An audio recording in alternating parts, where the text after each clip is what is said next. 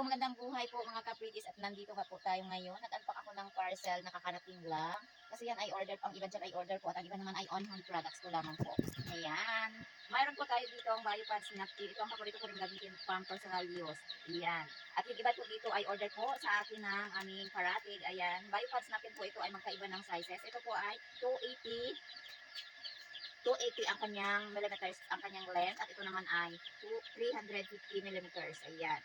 Napakaganda po ng mga napkins na ito dahil ito po ay mayroong negative ion, far infrared, active oxygen, graphene, plant extracts, and non-solvers.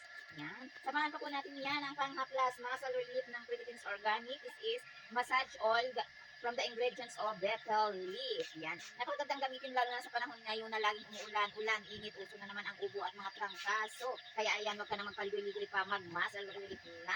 Lakas makarelief po ng iyong stress, ng hirap sa paghinga sa sipon, matinding at masakit na ubo, ayan, sakit na katawan, imasahe lang po ito sa inyong katawan kung saan part ang masakit. Ayan, samahan po natin yan ng 3-in-1 spray para po sa mga namamasang kilikili, kamay at paa. At the same time po, ito po ay pampaputi na rin ng kilikili at deodorant na rin po para sa inyong family. At para po sa mga hilig magsapatos ay pwede na rin po ito sa athlete's foot para iwas amoy bantot.